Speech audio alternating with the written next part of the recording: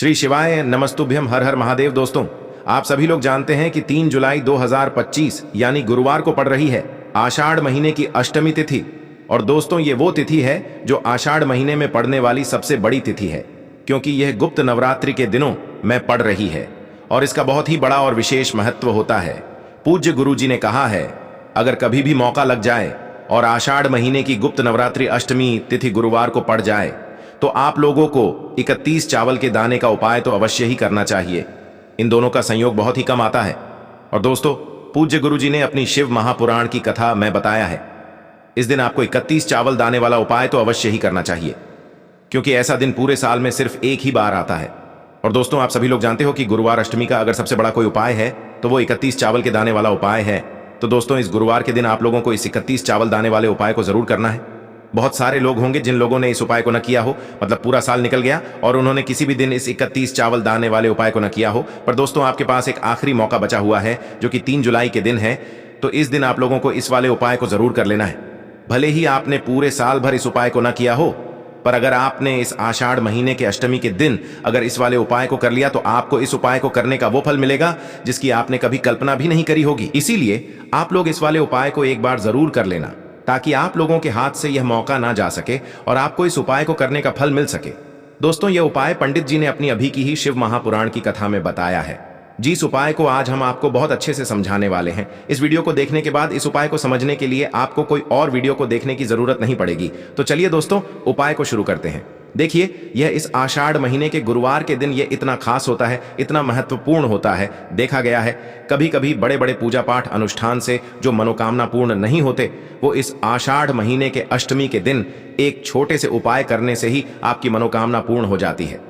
और बहुत सारे लोगों ने इस उपाय को किया भी है और उनको इस उपाय को करने का फल भी जरूर मिला है। अगर आप लोग भी इस उपाय को गुरुवार अष्टमी के दिन करना चाहते हैं तो आप इस उपाय को पहले अच्छे से समझ लेना, सुन लेना, उसके बाद करना। आपको इस उपाय का फल जरूर मिलेगा। और इस उपाय को कर लेने से आपके घर में चाहे किसी भी प्रकार की दुख और समस्या क्यों ना चल रही हो, आपको उसका कारण भी नहीं पता है कि भाई ये समस्या किस कारण से चल रही है, उसका कुछ भी कारण हो सकता है, जैसे पितृदोष हो सकता है या किसी भी तरह का मंगल दोष भी हो सकता है। तो इस दिन आप लोगों को यह वाला उपाय कर लेना है।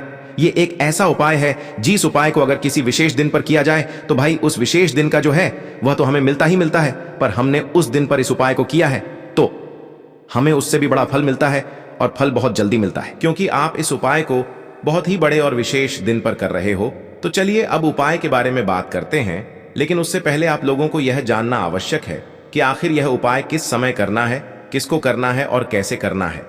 तो चलिए हम आगे आपको वीडियो में एक एक करके बता देते हैं। लेकिन उससे पहले अगर आप लोग हमारे चैनल पर नए हैं तो हमारे चैनल को सब्सक्राइब कर लेना और इस वीडियो को लाइक करके कमेंट बॉक्स में श्री शिवाय नमस्तुभ्यम ओम नमः शिवाय जरूर टाइप कर देना। और अपने फायदे के लिए, गरीबी दूर करने के लिए इस वीडियो को पूरा देख कर जाना, तभी आपको लाभ की प्राप्ति होगी। यदि आज आपने वीडियो को बीच बीच में से देखा, काट काट कर देखा, तो आपको जीवन में कभी सफलता हासिल भी नहीं होगी। तो दोस्तों, इस 31 चावल के दाने वाले उपाय को हमें इस अष्टमी के दिन कैसे करना है, किसको करना है, किस समय करना है और कहां पर करना है, ये सारे सवालों के जवाब आपको इस वीडियो में मिल जाएंगे। और जो ये वीडियो देखेगा भाई, उसको 31 चावल के दाने वाला उपाय जरूर करना चाहिए, क्योंकि इस दिन एक चावल के दाने का भी बहुत ही बड़ा और विशेष महत्व होता है। और जब बात आ जाए 31 चावल के दाने की तो ये सोने पे सुहागा वाली बात हो जाती है और ये एक बहुत ही बड़ा उपाय हो जाता है इस गुरुवार अष्टमी तिथि का। तो अब दोस्तों, इस 31 चावल के दाने वाले उपाय को आखिर करना किसको है, सबसे पहले हम लोग वो बात जान लेते हैं। तो देखो, घर की जो बड़ी माताएं बहनें होती हैं, उन माताओं बहनों में से कोई भी एक बड़ी माता बहन इस वाले उपाय को कर सकती है। और दोस्तों, अगर आप चाहें तो अपने घर में से सभी सदस्यों को भी इस उपाय को करवा सकते हैं। अगर किसी व्यक्ति की खुद की कोई मनोकामना है, खुद की कोई दुख और परेशानी है जो कि वह अपने लिए ही करना चाहता है, इस वाले उपाय को तो वह खुद अपने लिए भी कर सकता है। बाकी अगर कोई घर में से ऐसा है जो कि अपने पूरे घर परिवार की सुख और शांति के लिए ये वाला उपाय करना चाहता है तो भाई वह भी कर सकता है, उसमें भी कोई दिक्कत वाली बात नहीं है। कहने का मतलब ये है कि इस उपाय को हर एक सदस्य भी कर सकता है और पूरे घर परिवार के सदस्य के लिए घर की बड़ी माताओं बहनों में से कोई एक माता बहन भी कर सकती है। माताएं बहनें अगर घर में उपस्थित न हो या वो यह वाला उपाय न कर पा रही हो तो फिर घर का कोई बड्ढा सदस्य भी इस 31 चावल के दाने वाले उपाय को कर सकता है, चाहे फिर वह पुरुष ही क्यों ना हो। उसमें कोई भी दिक्कत वाली बात नहीं है। अब दोस्तों, इस 31 चावल के दाने वाले उपाय को हमें करना कहां पर है? हमें इसे शिव जी के मंदिर में जाकर करना है। बहुत सारे लोग प्रश्न करते हैं, हर एक उपाय को करते समय क्या हम इस उपाय को घर पर कर सकते हैं? तो इस वाले उपाय को आप घर पर नहीं कर सकते हो। इस वाले उपाय को करने के लिए आपको शिव जी के मंदिर ही जाना पड़ेगा। उसके बाद में दोस्तों, जो अगला प्रश्न निकल कर आता है वो यह आता है इस उपाय को लेकर कि आखिर इस उपाय को हमें किस समय करना है, सुबह के समय करना है कि शाम के समय करना है। तो देखो, इस वाले उपाय को आप लोग सुबह के समय भी कर सकते हो और शाम के समय प्रदोष काल में भी कर सकते हो। अब अगर आप पूछो कि भाई सबसे उत्तम समय कौन सा रहेगा इस 31 चावल के दाने वाले उपाय को करने का, तो हम आपसे बस यही कहेंगे कि इस उपाय को आप सुबह के समय करेंगे तो ज्यादा बेहतर होगा। बाकी अगर प्रदोष काल शाम के समय भी करेंगे तो भी अच्छा होगा, उसमें कोई भी दिक्कत वाली बात नहीं है। तो अब दोस्तों, जो अगली सबसे बड़ी और महत्वपूर्ण बात आती है वो यह आती है कि सुबह अगर हम उपाय को करेंगे तो हमें कितने बजे से लेकर कितने बजे तक के बीच में करना है, और शाम के समय प्रदोष काल में करेंगे तो हमें कितने बजे से लेकर कितने बजे के बीच में करना है। तो देखो, सुबह जितनी जल्दी हो सके आप उपाय को करने की कोशिश करना। बाकी अगर किसी कारणवश लेट भी हो जाओ, थोड़ी देर भी हो जाए, तो 10 या 11 बजे तक भी आप उपाय कर लेना, पर 12 बजे से ज्यादा देरी ना हो। ठीक है, इस बात का ध्यान रखना। उसके बाद में दोस्तों, अगर शाम के समय प्रदोष काल की बात करें, प्रदोष काल का जो समय होता है वो शाम के 6 बजे से शुरू हो जाता है।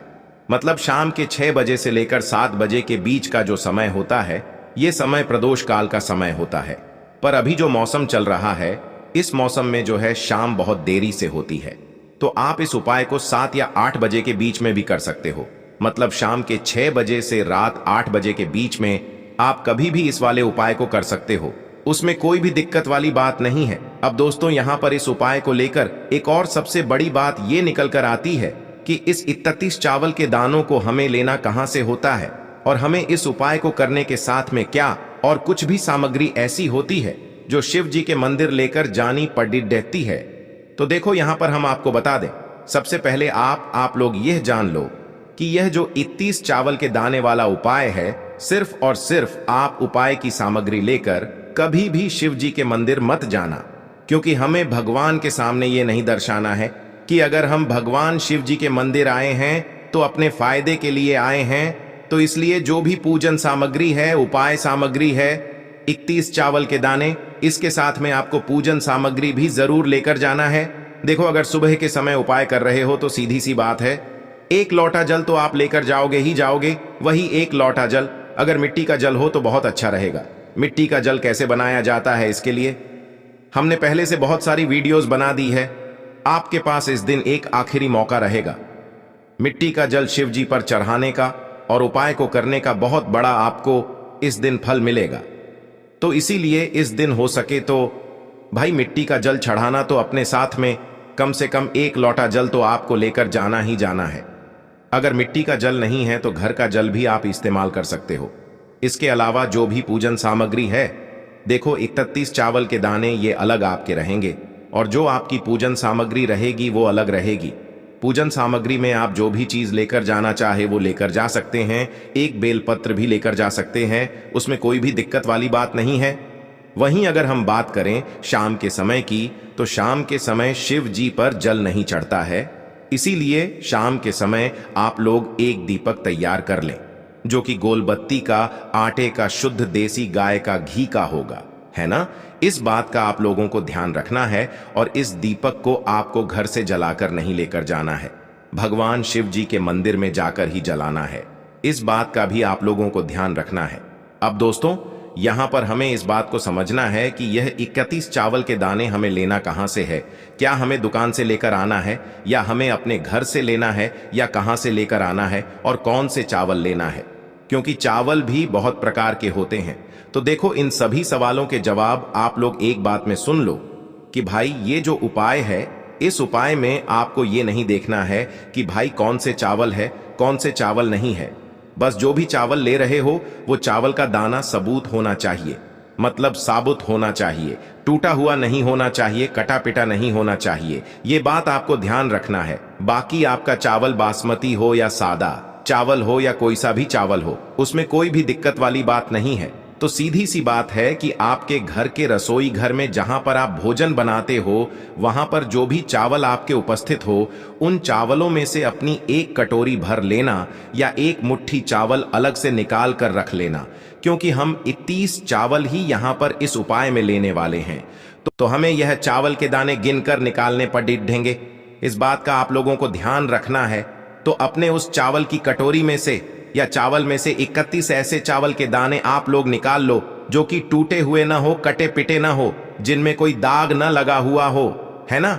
अच्छे साबुत चावल के दाने 31 दाने आप लोग निकाल कर रख लो और इन्हें किसी भी एक कागज की पूड़िया में या किसी एक छोटी सी कटोरी में आप लोग रख लो, ताकि यह सुरक्षित रहे, आपके एक भी चावल का दाना इधर उधर ना हो और आपका उपाय भी पूरा अच्छे से हो जाए।